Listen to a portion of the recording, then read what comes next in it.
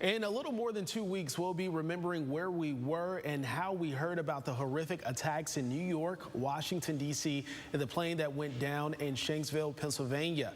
The nation is remembering that day in various ways. Andy Cloyd is the director of the National Veterans Memorial and Museum in Columbus with a very special tribute. And you know, Andy, just here in the newsroom, just talking to folks briefly before coming to this interview, everyone has a story about that day. So this memorial is going to be something very special, 20 years as folks reflect and they remember.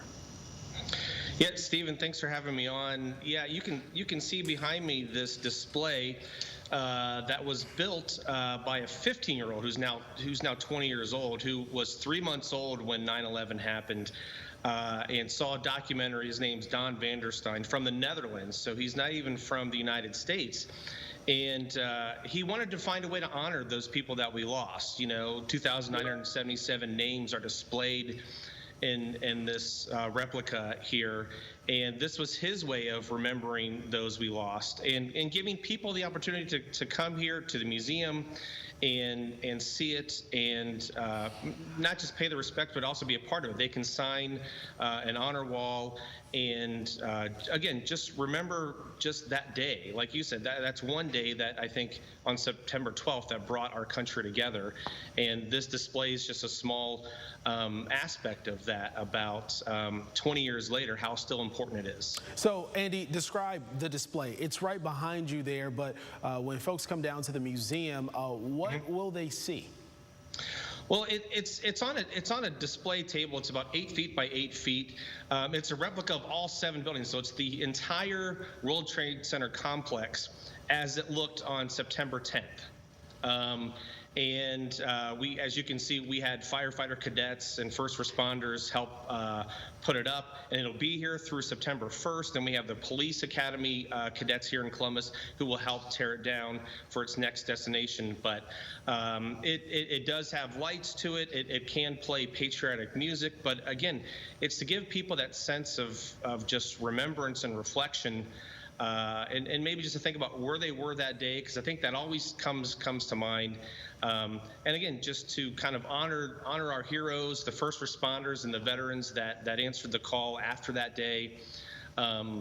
And it's a wonderful tribute, which can be very emotional, but it's a great way for people, again, to pay their respects and remember those we lost. And people will be paying their respects in many different ways, reflecting, remembering in many different ways. So how can they view this display? Well, like I said, Stephen, it's here till September 1st, so it's free with museum admission. We're open Wednesday through Sunday, 10 a.m. to 5 p.m. It's in our Great Hall, so when you come in, it's one of the first things that you'll see inside the museum. Again, you can sign the honor wall. You're welcome to take pictures of it, but it is here for people just to, again, feel honored that they were a part of this process, at least here at the museum, and then to, again, remember what happened on that day. Again, like I said, there are all the names of the people we lost engraved, which the artist Dan Vanderstein took him 30 hours to print all these names and put them around the display. So truly a really amazing craftsmanship here, all done by a teenager who, by the way, is now a firefighter cadet back in the Netherlands. So he's answering the call in his own way as well. Yeah, I wanted to talk a bit about that. Like you mentioned, he did this when he was 15, so he was 3 months old when this took place. So how special is that to have someone who didn't actually see this with their own eyes, to reflect back, to look at documentaries, to put this tribute together?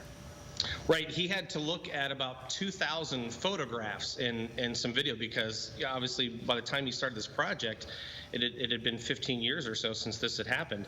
But I think this speaks to kind of, the next generation, the generation that are, in high school and college now, who grew up knowing that, as we're ending this, the 20-year war, which is coming up, as the 20th anniversary of 9/11 is happening at the same time, really take people back and what happened to, as the title of this exhibit, Remembering the One, Remembering Them All. It's very true because, we have to help explain to the next generation just how important and what happened that day, and the sacrifices that were made, and the people that are, still defending our country, or still being first responders, answering that call. And again, this is just an amazing tribute to that aspect. And Andy, one last question before we let you go. Just let folks know, where's the museum located and how much longer will the display be there?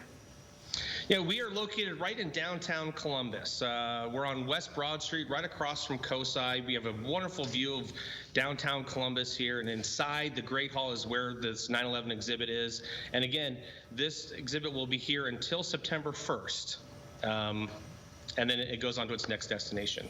Well, Andy, thanks so much for taking some time out with us this morning. Thank you, Stephen.